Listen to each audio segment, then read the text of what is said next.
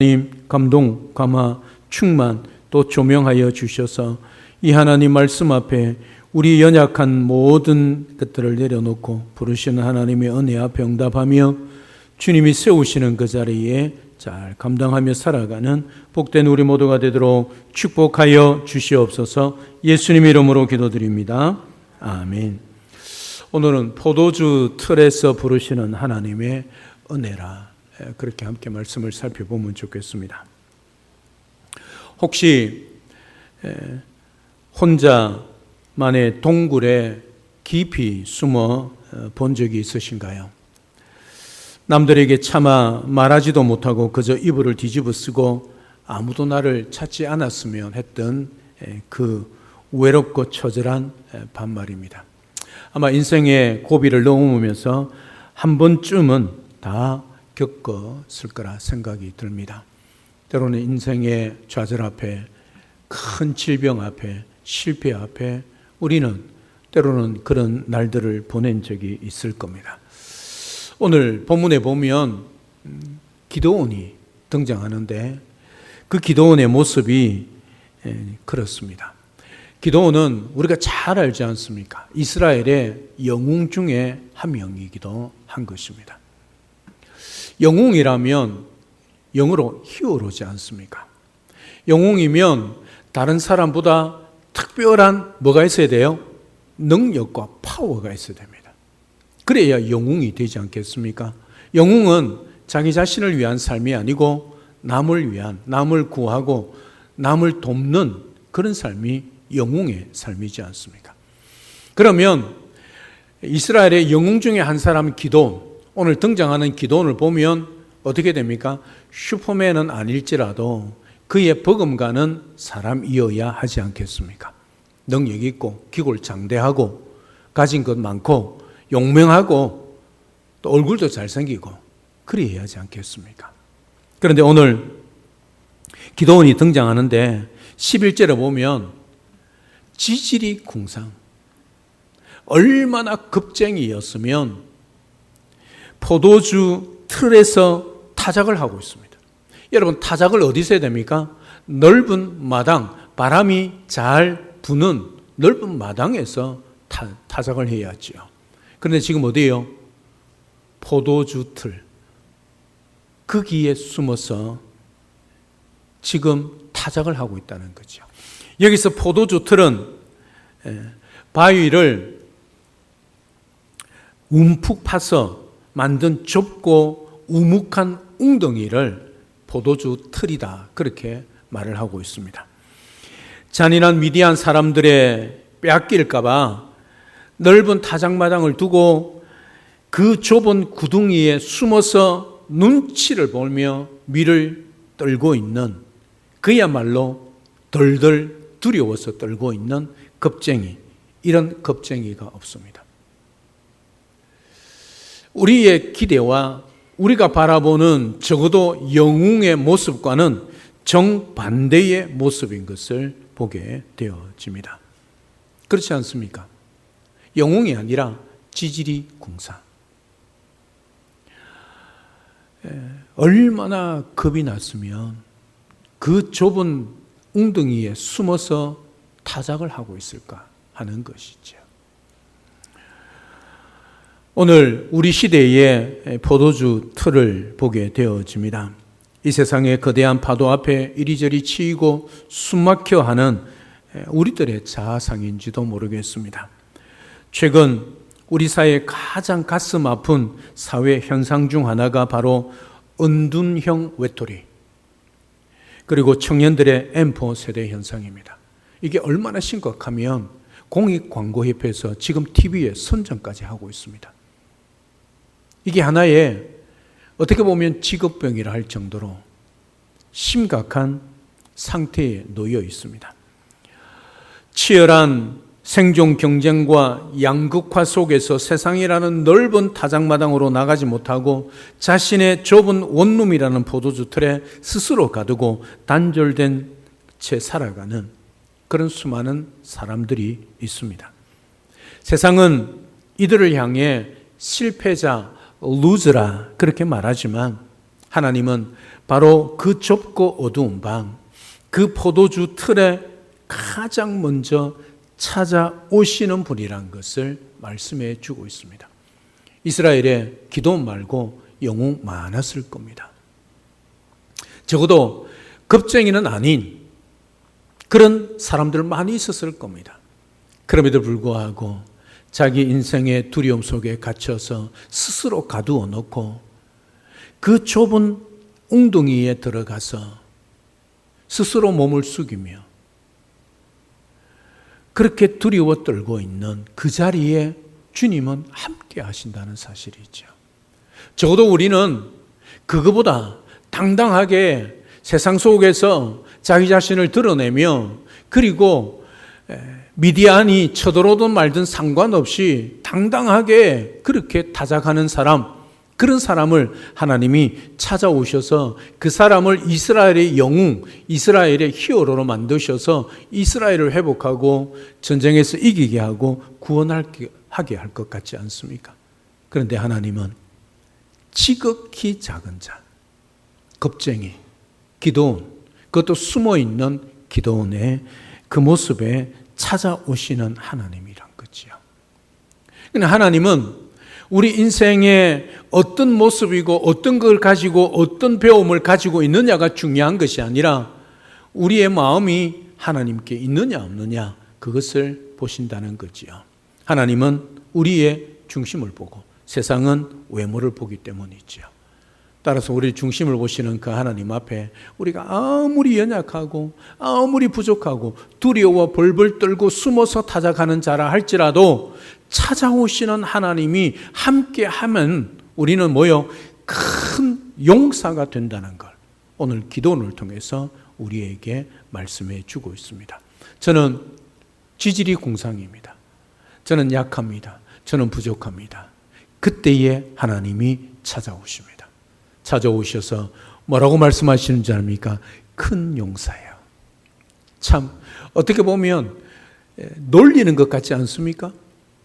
숨어서 벌벌 떨고 있는 겁쟁이를 향하여 너 큰 용사라 하니까 마치 비웃는 것처럼 보일지 모르지만 하나님은 전능하십니다. 그 사람이 어떤 사람인가 중요하지 않습니다. 하나님의 약속의 말씀이 그에게 주어지면 그 약속의 말씀대로 그 사람이 된다는 사실이지요. 그 겁쟁이 기도원이 큰 용사가 되었다는 사실이지요. 하나님이 찾아오십니다. 언제 찾아오실까요? 우리의 성공 뒤에 찾아오기보다는 실패의 자리에 찾아오십니다. 겁먹고 두려워 벌벌 떨고 그 이불 속에 내 몸을 숨기고 있는 그 자리에 우리 주님이 찾아오십니다. 그리고 내가 너와 함께한다. 큰 용사여. 아멘 하고 나아가면 지질이 궁상이지만 하나님께서 큰 용사로 사용하여서 이스라엘 민족을 구원할, 우리 시대를 구원할 하나님의 사람으로 세운다는 것을 믿고 그렇게 살아가는 우리 모두가 될 수 있기를 주님의 이름으로 축복합니다. 자, 이제 그 말씀 앞에 기도원이 어떻게 하고 어떻게 하나님이 이루어 가시는지 함께 살펴보겠습니다. 기도원에 항변합니다.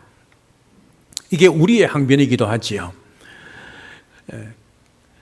그 숨막히는 구덩이에 여호와의 사자가 찾아옵니다.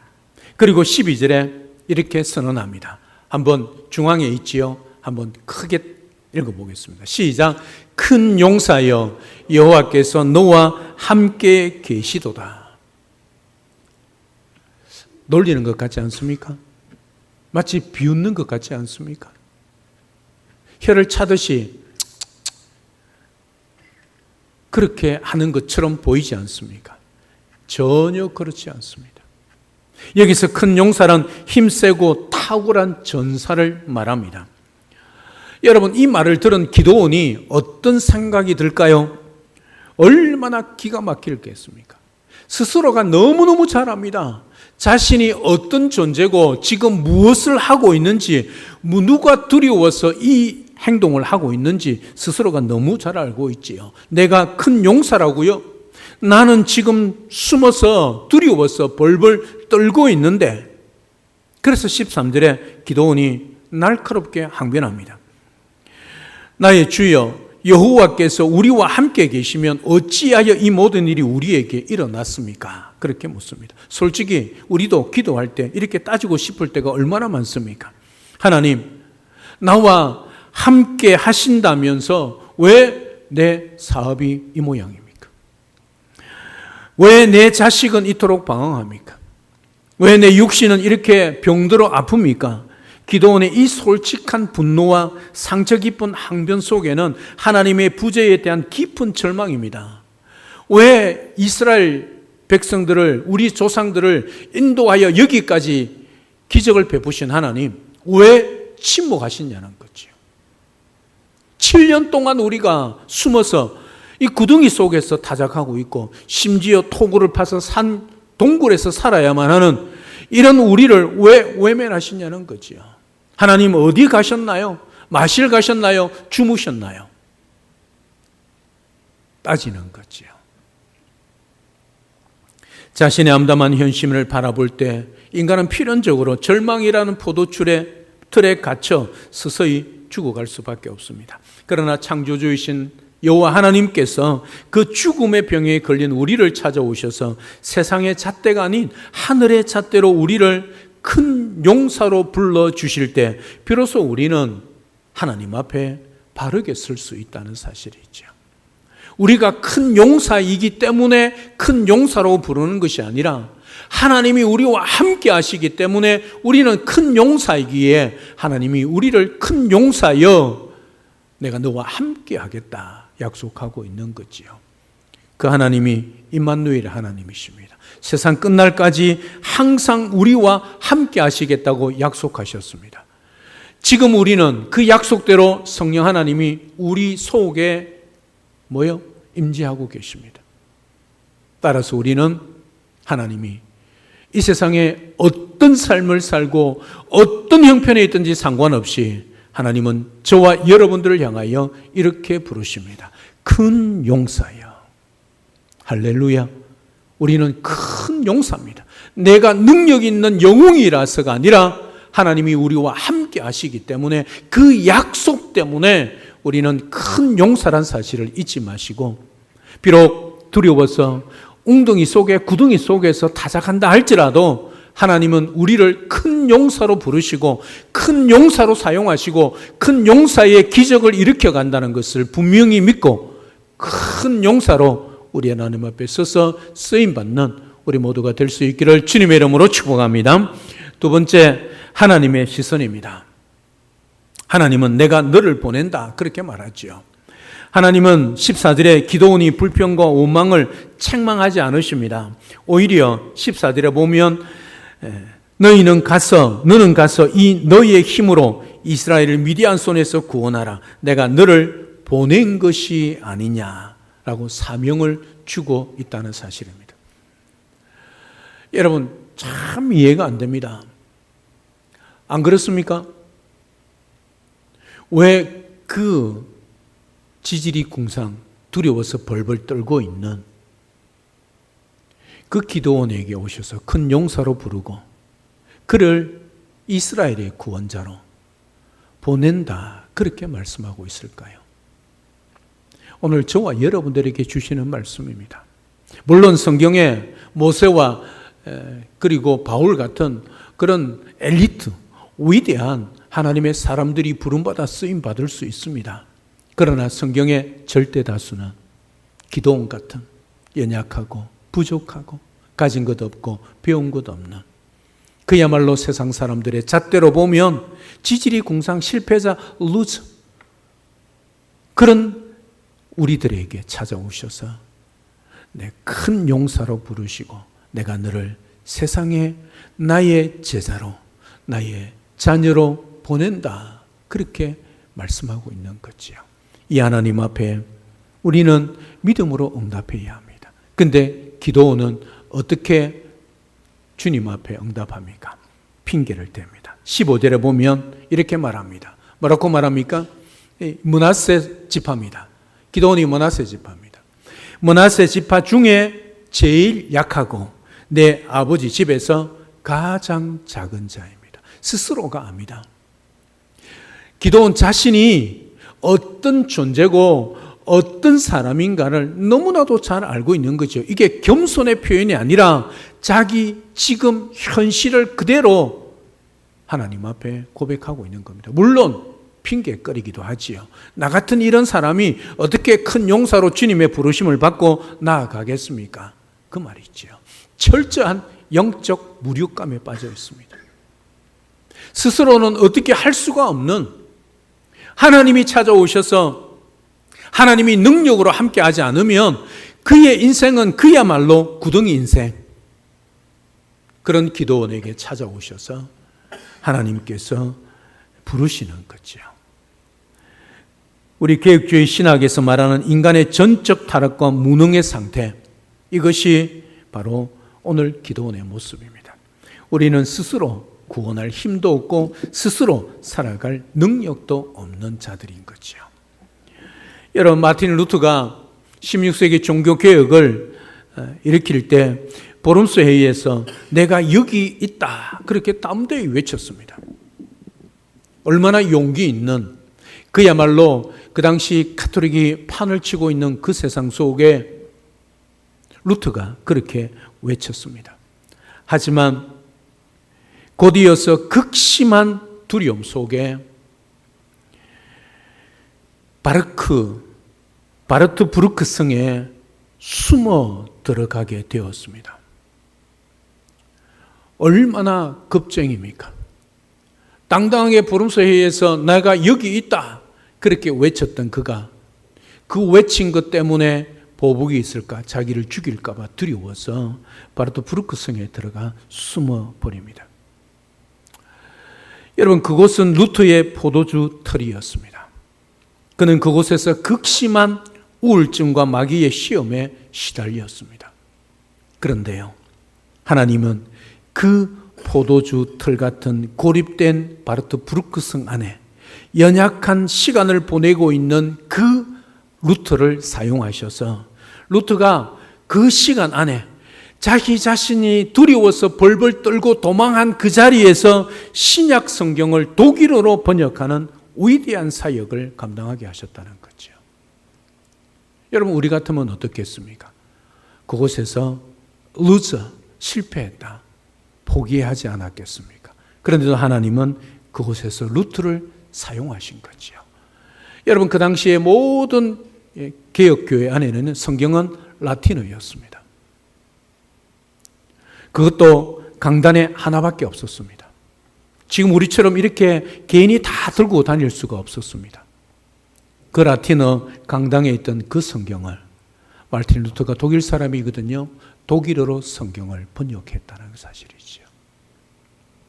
사랑하는 여러분, 두려워 숨은 자를 붙드셔서 종교개혁의 위대한 거장으로 만드신 하나님이십니다. 이처럼 하나님은 우리의 가장 연약한 순간을 사용하셔서 하나님이 위대한 역사를 써내려간다는 것을 잊지 마시고 부르심 앞에 기도원처럼 핑계 댄다 할지라도 내가 여기 있습니다, 나를 보내시옵소서, 그렇게 외치시고 그렇게 부름받아 살아가고 사명 감당하는 우리 모두가 될 수 있기를 주님의 이름으로 축복합니다. 자, 세 번째, 하나님의 은혜, 내가 반드시 너와 함께하라, 그래 약속하고 있습니다. 16절에 보면 하나님은 내가 너와 함께한다 반복해서 말하고 있습니다. 여러분, 하나님이 함께 하신다는 말씀은 무슨 뜻이겠습니까? 하나님이 함께 하신다는 말은 모르겠습니까? 하나님이 이 기도원을 부르지 않았습니까? 그는 기도원을 책임지겠다는 거지요. 민족의 영웅으로 만들어 가겠다는 거지요. 어떻게 만들까? 기도원은 알 수 없습니다. 그러나 하나님은 능히 감당할 수 있게 하신다는 사실이지요. 출애굽기 3장 12절에서 떨기나무 불꽃 가운데 모세에게 하셨던 그 어미하신 말씀, 약속이 오늘 이 약속과 같은 약속입니다. 기도원이 큰 용사가 될 수 있었던 것은 그의 용기나 탁월한 능력이 아닙니다. 오직 전능하신 하나님이 함께 하시기 때문이란 거죠. 사랑하는 여러분, 우리가 어떤 사람인가 중요하지 않습니다. 하나님이 오늘도 저와 여러분들에게 함께 하십니다. 임마누엘의 하나님이십니다. 오늘 우리 인생이 어떤 삶을 살든 상관없이 하나님이 함께 하시는 그런 존재들입니다. 따라서 우리는 이 땅 가운데 하나님의 나라의 위대한 용사란 사실을 잊지 마십시오. 부족하면 부족할수록 하나님의 능력이 더 나에게 채워집니다. 내 능력이 아니라 주의 능력으로 이 땅 가운데 살아가고 사명 감당할 수 있게 되는 거지요. 존 메가더 목사님은 1989년 약함 속에 머무는 능력이란 설교에서 하나님의 능력은 우리의 절대적인 무능력 안에서 온전히 완성된다, 그렇게 말했습니다.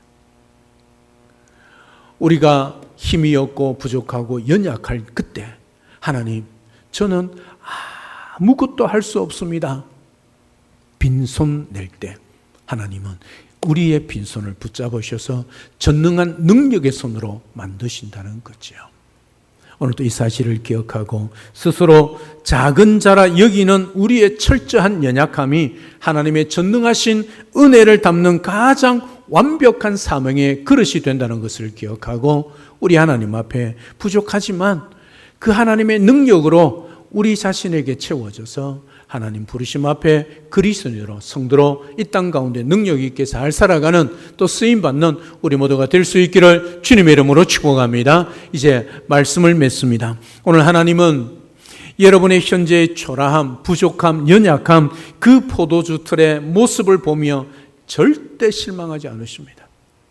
오히려 하나님이 함께 하심으로 빚어질 미래의 영광, 큰 용사의 모습을 보며 여러분들을 부르고 지금도 살아가게 하고 있습니다.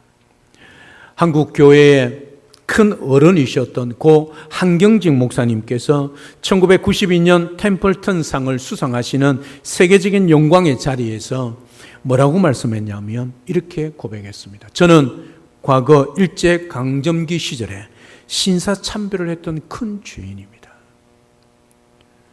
여러분, 한국의 가장 위대한 목회자로 템플턴 상을 받는 그 자리에서 지금까지 숨겨왔던 자신의 부끄러운 모습을 그 자리에서 고백했습니다. 목회 사역에 처음에 고백한 것 아닙니다.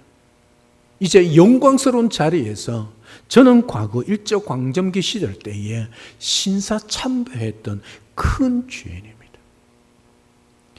여러분, 이 자신의 영적 포도주를 틀을 찢고 눈물로 고백했을 때 하나님은 그의 약함을 들어 한국 교회를 새롭게 하는 위대한 불씨로 삼으셨던 것이지요.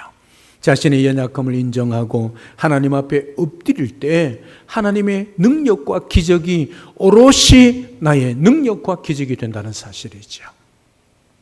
기억하시면 좋겠습니다. 매일 거울을 보고 거울을 볼 때마다 때로는 현관문이나 거울 한 귀퉁이에 요즘 얼마나 좋습니까? 포스트잇을 이걸 한번 붙여보시기를 바랍니다. 한번 이번 주 꼭 실행해 보시기를 바랍니다. 그리고 매일 선포하십시오. 어떻게 해요? 한번 따라합시다. 저 땡땡땡은 여러분들의 이름을 넣으면 됩니다. 무슨 말인지 이해하시겠죠? 한번 따라하겠습니다. 여호와께서 함께 하시는 큰 용사 땡땡땡 땡땡땡 하지 마시고, 자, 연속으로 한번 하겠습니다. 여러분 이름을 넣어서 시작. 여호와께서 함께 하시는 큰 용사 장대성. 할렐루야. 여러분, 하나님이 우리를 그렇게 부르시는 거지요. 그런데도 불구하고 우리는 언제나 뭐라고 고백합니까? 저는 약합니다. 저는 부족합니다. 저 같은 사람이 어떻게? 그런 자리에 하나님이 함께 하십니다. 여러분, 컵에 물이 완전히 비어 있으면 물을 가득 채울 수 있습니다. 우리 그릇에, 우리의 컵에 우리의 모든 것을 비우면 오롯이 하나님의 능력이 가득 차게 되는 거죠. 이게 성경에서 하나님의 사람들이 쓰임받는 비결이었습니다. 그들의 능력이 아니고 그들의 스펙이 아니고 그들의 환경이 아니고 조건이 아닌 하나님이 그들과 함께 하시고 부르시는 그 은혜 앞에 응답하고 순종했을 때에 그 믿음으로 하나님의 위대한 쓰임받는 그런 일꾼들이 되었다는 사실이죠. 이렇게 선포하시면 좋겠습니다. 삶의 무게와 두려움 때문에 이불을 뒤집어쓰고 한숨만 쉬던 밤이 있다면 좁은 포도주 틀의 시각에서 벗어나 하늘을 바라보며 주님, 나의 이 약함 속에 하나님의 강함을 채워 주시옵소서. 나와 함께하여 주시옵소서. 여러분 기도하십시오. 사도 바울도 그렇게 고백하고 있지 않습니까? 나의 약함이 주님의 강함이 된다는 거지요. 약한 손 주님 앞에 내미십시오. 부족한 육신, 병든 몸 주님 앞에 내미십시오. 주님이 우리의 손을 붙드시면 우리는 능력 있는 전사, 큰 용사가 된다는 사실 잊지 마십시오. 아니, 우리는 이미 예수 그리스도로 말미암아 이미 하나님의 위대한 나라의 용사들이 되었습니다. 우리에게 무엇이 있으면 됩니까? 예수님의 이름, 능력의 그 이름, 그 이름을 선포하고 나아갈 때, 그 믿음으로 선포할 때 우리의 삶에, 우리의 만나는 모든 삶의 영역 속에 하나님의 나라의 기적과 역사들이 일어나게 될 줄로 믿습니다. 숨어있던 포도주 틀에서 담대히 당당히 일어나서 하나님이 손잡아 이끄시는 큰 용사의 삶을 살아내는 우리 영동 중앙교회 그리고 우리 5구역 모든 구역원들 다 될 수 있기를 우리 주 예수 그리스도 이름으로 축복합니다. 할렐루야. 아멘. 살아계신 하나님, 은혜와 사랑을 진심으로 감사를 드립니다. 오늘 좁고 어두운 포도주 틀에 숨어 벌벌 떨던 기도원을 찾아가 큰 용사라고 불러주신 그 크신 사랑을 우리 마음에 새깁니다. 솔직히 고백하건대 우리의 현실도 기도원과 다를 바가 없습니다. 세상의 높은 파도에 이리저리 치이고 경제적인 어려움과 질병 또 여러 가지 두려워하며 남몰래 숨어 울고 있는 연약한 모습이 바로 우리들이지 않습니까? 하나님이 함께 하신다면 왜 내 삶에 이런 고난이 있습니까? 눈물로 항변하던 우리의 상처 불쌍히 여겨 주옵소서. 내가 반드시 너와 함께 하리라 약속하신 주님, 우리가 능력이 없고 부족할 때 하나님이 언제나 함께 하셔서 부르시는 큰 용사로 회복시키시는 사용하시는 그 하나님 앞에 담대히 믿음으로 선포하고 서게 도와주시옵소서. 우리가 바라보는 그 어린아 문 앞에 하나님이 나와 함께 하시는 큰 용사라 믿음으로 선포하며 매일매일 우리와 함께 하시고 우리를 사용하시고 포기하지 않으시고 인도하시는 그 하나님으로 말미암아 그 능력으로 말미암아 영혼 구원하고 하나님 앞에 귀하게 쓰임받는 사명자로 살아가는 우리 모두가 될 수 있도록 축복하여 주시옵소서. 예수님의 이름으로 기도드립니다. 아멘.